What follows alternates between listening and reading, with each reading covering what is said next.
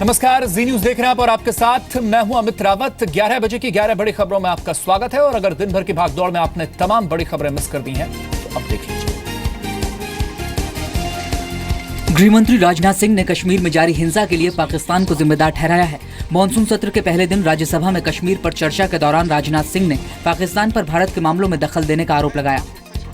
मैं यह मानता हूं उपसभापति महोदय, जो कुछ भी हो रहा है वो पूरी तरह से पाक स्पॉन्सर्ड है।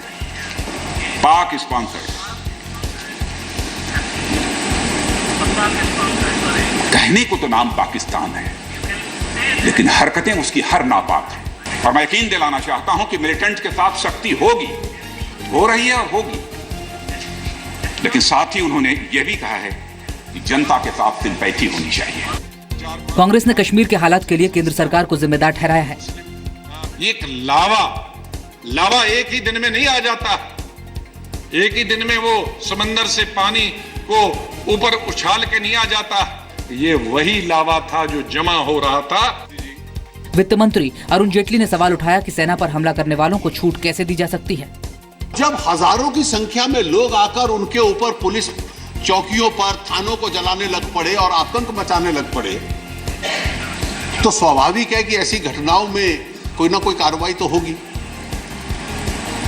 कोई भी देश ये अनुमति नहीं दे सकता कि देश की एकता के ऊपर प्रहार करिए और देश देखता रह जाए। 8 जुलाई को एनकाउंटर में हिजबुल के आतंकी बुरहान वानी के मारे जाने के बाद कश्मीर में हिंसा में अब तक 33 स्थानीय लोगों की मौत हो चुकी है। कश्मीर के 10 जिलों में लगातार 10वें दिन कर्फ्यू जारी है। पुलवामा में पीडीपी के विधायक मोहम्मद खलील बंद पत्थरबाजों के हमले में जख्मी हो गए। पुलिस के मुताबिक सोपोर, कुपवाड़ा, बारामूला में आज सुरक्षा बलों और प्रदर्शनकारियों के बीच हिंसक झड़प में कम से कम 5 लोग जख्मी हो गए। कश्मीर में स्कूल कॉलेजों की गर्मियों की छुट्टियां 24 जुलाई तक के लिए बढ़ा दी गई है। इस बीच घाटी में मोबाइल इंटरनेट सर्विस पर रोक बरकरार है। अलगाववादियों ने घाटी में अपना बंद 22 जुलाई तक के लिए बढ़ा दिया है। प्रधानमंत्री नरेंद्र मोदी ने जीएसटी पर सभी दलों को साथ लेकर चलने का भरोसा दिया है।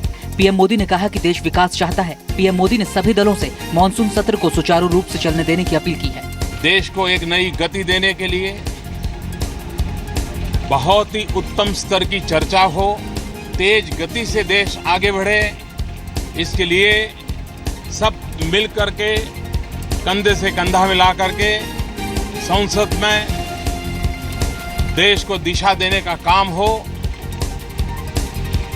मुझे विश्वास है कि सभी दल पिछले कई दिनों से सबसे अलग अलग बात भी हो रही है, सामूहिक बात भी हो रही है, और उससे यही भाव प्रकट हो रहा है कि हर किसी का मूड अच्छे से अच्छे निर्णय करने का है, तेज गति से देश को आगे बढ़ने का है। संसद का मॉनसून सत्र आज से शुरू हो गया। सरकार के सामने जीएसटी समेत कुल 56 बिलों को पास कराने की चुनौती है। सरकार ने मॉनसून सत्र में 16 बिल पारित करने का प्रस्ताव रखा है। इनमें अध्यादेशों की जगह लेने वाले 3 विधेयक भी शामिल हैं। संसद का ये मॉनसून सत्र 12 अगस्त तक चलेगा। पूर्व क्रिकेटर और बीजेपी नेता नवजोत सिंह सिद्धू ने राज्यसभा की सदस्यता से इस्तीफा दे दिया। बीजेपी ने इसी साल अप्रैल में सिद्धू को राज्यसभा सांसद बनाया था। इस्तीफा देने के बाद सिद्धू ने कहा, प्रधानमंत्री मोदी के कहने पर पंजाब के हित में मैंने राज्यसभा सदस्यता स्वीकार की थी, लेकिन उसके बाद मुझे लगा कि पंजाब की भलाई के लिए मेरे सारे रास्ते बंद हो चुके थे। सही और गलत के बीच मैं तटस्थ नहीं रह सकता। सही और गलत के बीच मुझे चुनाव करना था। मैं अब बोझ नहीं उठाना चाहता था। खबर है कि सिद्धू आम आदमी पार्टी में शामिल हो सकते हैं। मुझे लगता है कि एक बेहतर पंजाब बनाने के लिए, एक खुशहाल पंजाब बनाने के लिए, देश का नंबर 1 का पंजाब बनाने के लिए आज अच्छी शक्तियां एकजुट हो रही हैं और ये पंजाब की राजनीति के लिए, पंजाब के लोगों के लिए बहुत अच्छा संकेत है। अकाली दल का कहना है कि सिद्धू के जाने से गठबंधन पर असर नहीं पड़ेगा।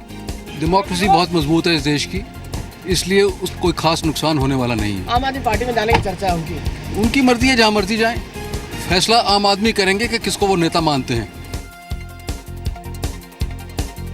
एएपी के घोषणा पत्र पर स्वर्ण मंदिर के साथ झाड़ू की तस्वीर पर विवाद के बाद केजरीवाल आज स्वर्ण मंदिर में माफी मांगने गए। केजरीवाल ने आज लंगरों के बर्तनों की सफाई की, लेकिन धुले हुए बर्तनों को दोबारा धोने और तस्वीर खिंचवाने को लेकर विवाद में फंस गए। बीजेपी, अकाली दल और कांग्रेस ने केजरीवाल की इस सेवा को सियासी स्टंट बताया है कि जाके जो जूठे बर्तन छोड़िए, साफ सुथरी थाली को पानी मार के निकल गए, गुरु घर में जाके वहाँ पे भी ढोंग रच रहे हैं, तो ऐसे इंसान को तो गुरु ही खुद जवाब देंगे, पंजाब की जनता तो देगी ही। दुष्प्रचार करके कि हमने धोए हुए बर्तनों को पुनः धोकर हमने अपना मन साफ कर लिया है, तो इससे उसकी कलुषता जाती नहीं है। अरविंद केजरीवाल अलग अलग नाटक कर पंजाब के लोगों को उनका मन बहलाना चाहते हैं। 6 महीने आप उनको बर्दाश्त कर लो, फिर देखेंगे।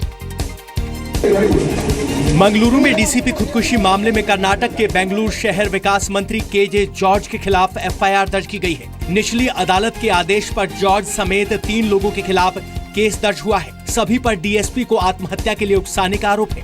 एफआईआर दर्ज होने के फौरन बाद जॉर्ज ने मंत्री पद से इस्तीफा दे दिया, जिसे राज्यपाल ने स्वीकार कर लिया है। If somebody is putting an allegation against, I wanted to come clean. That's why now the court, as per the court direction is there, I am submitting. 7 जुलाई को डीएसपी एम.के. गणपति ने अपने पैतृक जिले मंगलुरु में खुदकुशी कर ली थी। सुप्रीम कोर्ट ने अपने ऐतिहासिक फैसले में जस्टिस लोढ़ा कमेटी की सिफारिशों को मंजूरी दी है। बीसीसीआई में सुधार के लिए जस्टिस लोढ़ा कमेटी ने नई सिफारिशें की थी, जिसके मुताबिक अब मंत्री या नौकरशाह बीसीसीआई के सदस्य नहीं बनेंगे। 70 साल से बड़ा कोई भी व्यक्ति बीसीसीआई का सदस्य नहीं होगा। बीसीसीआई के चुनाव में हर राज्य का 1 वोट होगा। महाराष्ट्र के 3 क्रिकेट एसोसिएशन रोटेशन के तहत वोट करेंगे। विज्ञापन पॉलिसी में सुधार का जिम्मा बीसीसीआई का होगा। साथ ही बीसीसीआई को आरटीआई के दायरे में लाने का फैसला संसद को करना होगा। सट्टेबाजी से जुड़े मामलों का फैसला संसद पर छोड़ा गया है। 6 महीने के अंदर इन सिफारिशों को लागू करना होगा। हमारे 1 साल की मेहनत रंग लेकर आई है। क्रिकेट फैन बहुत खुश होंगे, गेम भी बहुत अच्छा रहेगा, एडमिनिस्ट्रेशन भी बेहतर होगा। सो गेम के लिए शर्तियां बेहतर दिन है। सुनवाई के दौरान बीसीसीआई ने कुछ सिफारिशों पर एतराज जताया था। We respect whatever the Supreme Court has said and we are studying the judgment. Delhi में प्रदूषण को रोकने के लिए नेशनल ग्रीन ट्राइब्यूनल यानी एनजीटी ने 10 साल से पुरानी डीजल गाड़ियों को हटाने का आदेश दिया है। एनजीटी ने दिल्ली सरकार को 10 साल से ज्यादा पुरानी डीजल गाड़ियों के लाइसेंस को रद्द करने का आदेश दिया है। एनजीटी का यह फैसला फौरन लागू होगा। एनजीटी ने दिल्ली आरटीओ को आदेश दिया है कि वो ऐसी गाड़ियों की जानकारी ट्रैफिक पुलिस को दे और पुलिस ऐसी गाड़ियों के खिलाफ कार्रवाई करे। 10 साल वाली जो पुरानी जो गाड़ियां हैं उसमें जो एनजीटी के आदेश थे उसके तहत आज दिल्ली सरकार को आदेश दिए गए हैं कि आप उस आदेश का कंप्लायंस कीजिए। एक बार ये ऑर्डर देख लेते हैं तब कमेंट दे पाएंगे। केंद्र सरकार की गंगा में परिवहन योजना में और देरी हो सकती है। यूपी सरकार ने मालवाहक जहाज चलाने के लिए एनओसी देने से इनकार कर दिया है। Inland waterways authority of India ने केंद्रीय जहाजरानी मंत्रालय को इसकी रिपोर्ट भेज दी है। केंद्र ने गंगा में वाराणसी से पश्चिम बंगाल के हल्दिया के बीच इस साल के अंत तक मालवाहक और यात्री परिवहन शुरू करने का ऐलान किया था। इस परियोजना के तहत 4200 करोड़ रुपए की लागत से 1620 किलोमीटर जलमार्ग को विकसित करने की योजना है। फिल्म अभिनेता सलमान खान और संगीतकार ए.आर. रहमान ने आज रियो ओलंपिक के लिए जा रहे भारतीय खिलाड़ियों को सम्मानित किया। जा रहे हो सबके सब, जितना लेट आ सकते हो उतना लेट आओ बस।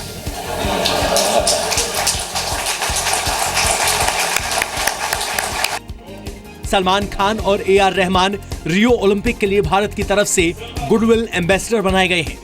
इंडियन ओलंपिक एसोसिएशन के इस कार्यक्रम में रहमान ने गाना गाकर खिलाड़ियों का उत्साह बढ़ाया।